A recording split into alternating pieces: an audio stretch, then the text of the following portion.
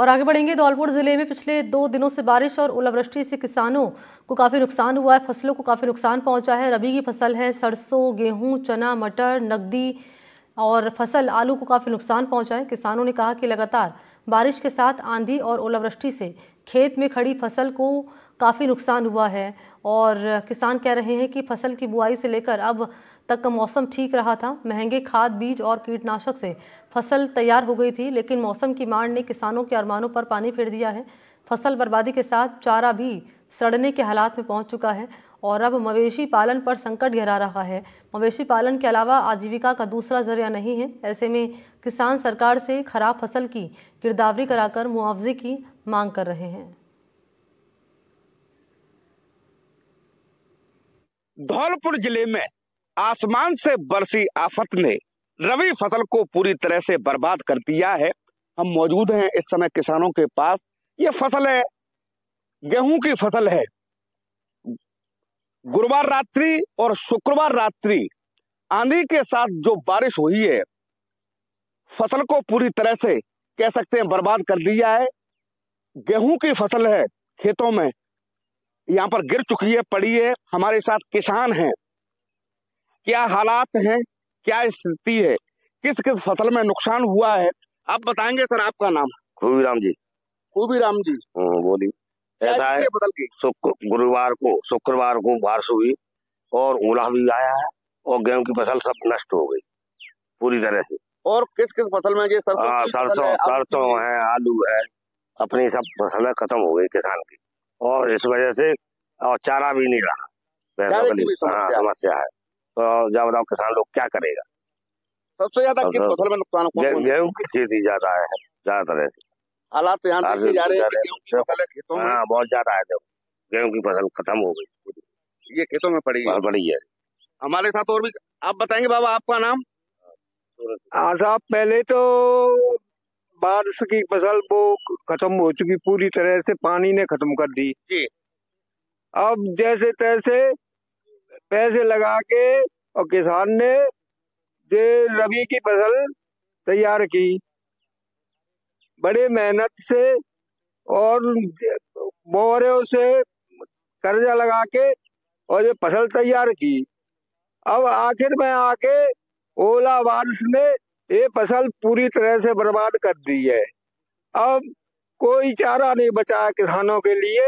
आपका नाम क्या है? सोनू। सोनू, आपकी किस किस फसल में नुकसान हुआ है? हमारे साथ गेहूं खत्म, फिर कौन सरसों तो हुई ही नहीं जी, ना आलू है, कुछ नहीं है। बारिश से सब खत्म हो गया सब।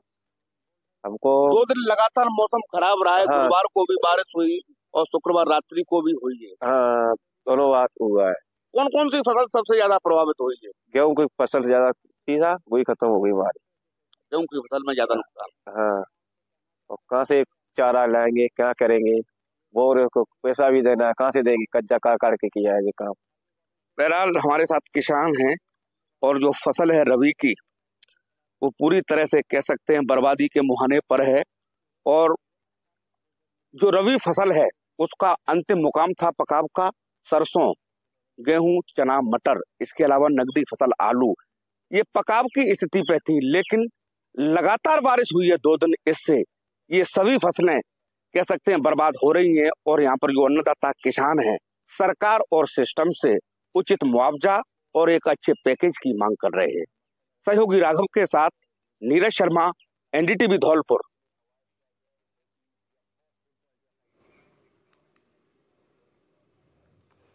तो यहाँ पर आपने इस रिपोर्ट के जरिए जाना कि किस तरीके से किसानों की फसलों को नुकसान हो रहा है और फसलें दरअसल प्रभावित हो रही हैं और काफ़ी नुकसान हो रहा है किसानों को। किसान कह रहे हैं कि गिरदावरी यहाँ कराई जाए। इसके अलावा वो ये भी कह रहे हैं कि मुआवजा भी किसानों को दिया जाए और इसी मांग के चलते किसान जो है परेशान हैं, क्योंकि मांग तो कर रहे हैं लेकिन मांग कब तक पूरी होगी, ये एक बड़ा सवाल बना हुआ है।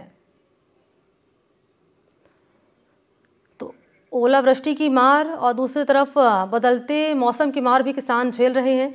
इलाकों में तापमान बढ़ने से जहां लोगों को धधकती गर्मी में जलना पड़ रहा है, दूसरी ओर बेमौसम हुई बारिश और ओलावृष्टि ने किसानों की फसलों को नुकसान पहुंचाया है। पश्चिमी विक्षोभ के असर से बारिश का मौसम विभाग ने यहाँ पर अलर्ट जारी किया है बारिश का। जयपुर मौसम केंद्र के अनुसार 15 और 16 मार्च को बारिश का असर कई जिलों में रहेगा। मौसम केंद्र के अनुसार आज अलवर, भरतपुर, दौसा, धौलपुर, जयपुर, झुंझुनू और कई ऐसे जिले हैं जहां मेघ गर्जन और ओलावृष्टि का येलो अलर्ट जारी किया गया है। जोधपुर, जयपुर, भरतपुर, बीकानेर संभाग में दोपहर बाद हल्की बारिश की संभावना है।